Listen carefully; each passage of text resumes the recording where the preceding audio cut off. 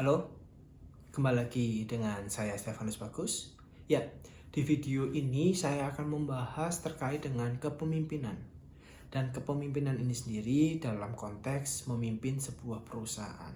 Oke, ya, saya akan memilih dua tokoh yang menurut saya cukup luar biasa dan menginspirasi bagi saya sendiri terkait memimpin sebuah perusahaan dan dapat membawa kemajuan bagi perusahaan tersebut.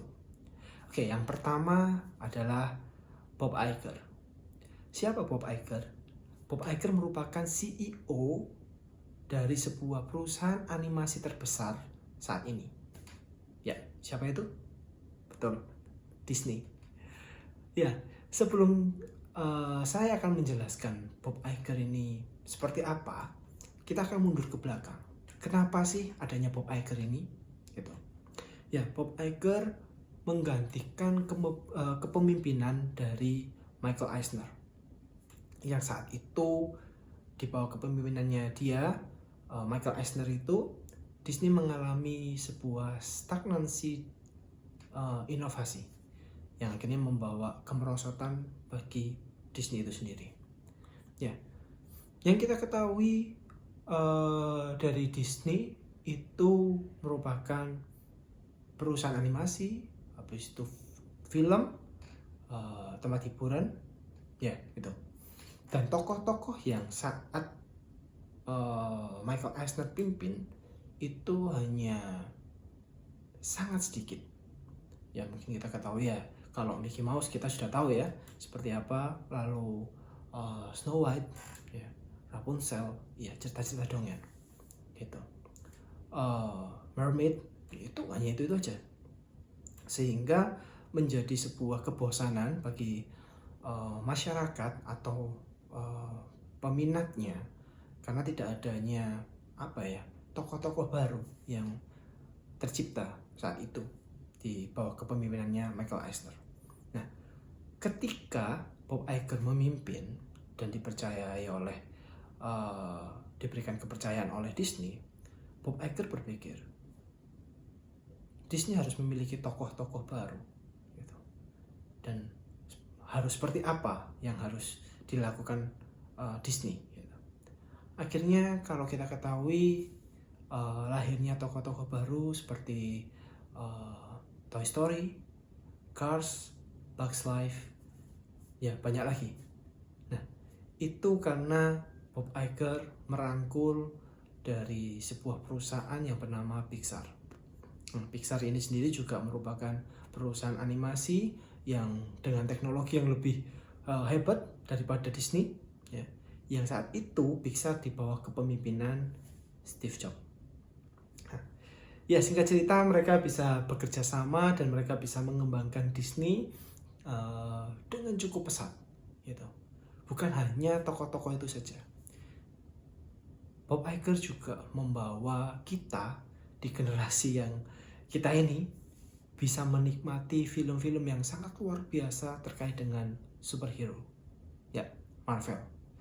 Marvel membuat kita harus mengikuti setiap episode, ya, baik di Disney Plus yang series, yang di movie dari Iron Man sampai yang sekarang, kita dibawa untuk mengikuti alur ceritanya dan hidup dalam sebuah universe yang mereka ciptakan. Menurut saya itu sangat luar biasa dari kepemimpinannya Bob Iger. Dia bisa melihat potensi, dia bisa melihat peluang, dia bisa memiliki inovasi yang sangat luar biasa dan bisa membawa tim dan perusahaan ke satu titik yang mereka harapkan. Itu yang pertama dari Bob Iger. Lalu yang kedua, saya memilih Satya Nadella. Siapa Satya Nadella? Mungkin Satya Nadella bukan sosok yang asing bagi pecinta teknologi, ya. Ya, betul. Satya Nadella adalah CEO dari Microsoft. Dia bisa membawa perusahaan yang sebelumnya di bawah kepemimpinan Steve Ballmer yang ya begitu kaku, yang saat itu juga Steve Ballmer juga orang yang tidak bisa menerima ide-ide baru yang pada akhirnya hanya perusahaan idealis yang menjual ya office gitu. Tidak ada perubahan-perubahan yang sangat signifikan dari produk yang mereka jual gitu. Nah, ya mungkin pada masa 98 sampai 2014 ya.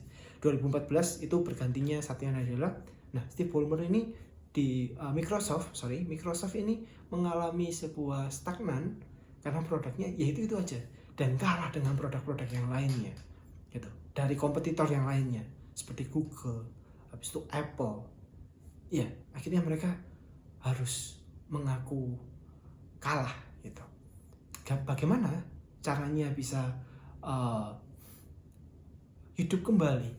Akhirnya mereka memutuskan untuk merekrut atau meminta Satya Nadella untuk menjadi pemimpin bagi Microsoft. Di sini yang luar biasa.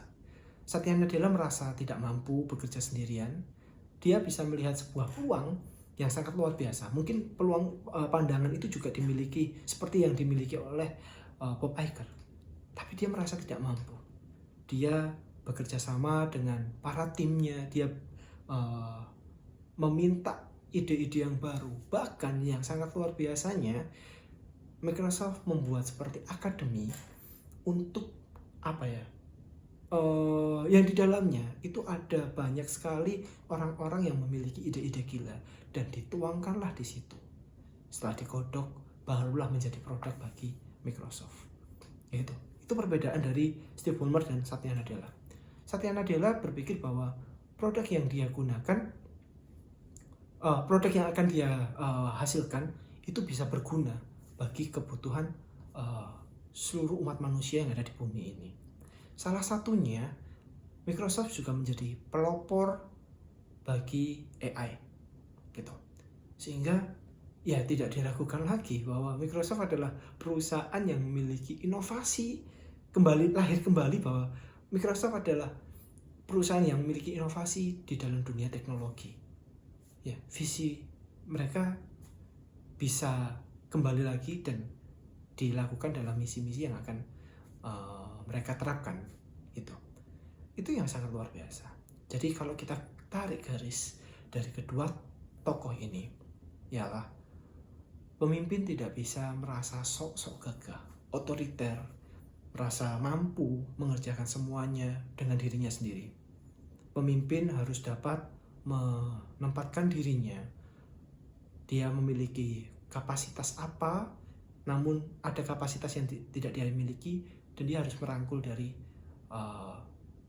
sisi-sisi lainnya, gitu, dari pihak-pihak yang lainnya. Dia harus bisa merangkul itu. Menurut saya seperti itu. Jadi pemimpin seperti kapten bagi sebuah kapal bahtera yang sangat besar. Dia mungkin yang mengemudikan setirnya, dan dia mungkin juga memiliki peta tujuannya mau kemana. Itu kekuatannya. Tapi dia tidak bisa bekerja sendirian untuk mengganti atau melebarkan layar. Dia harus juga menurunkan jangkar. Tidak bisa seperti itu. Ini bagian awak kapal yang saling terorganisasi, yang saling terkait, yang bisa bekerja sama dengan baik dan membawa sebuah bahtera yang besar ini ke satu tujuan. Begitu juga seorang pemimpin dalam perusahaan. Pemimpin harus bisa merangkul, harus bisa melihat potensi apa yang bisa digunakan untuk menciptakan produk yang pada akhirnya bermanfaat bagi seluruh umat manusia. Mungkin itu yang bisa kita pelajari dari seorang pemimpin, dari sosok Satya Nadella dan Bob Iger. Terima kasih.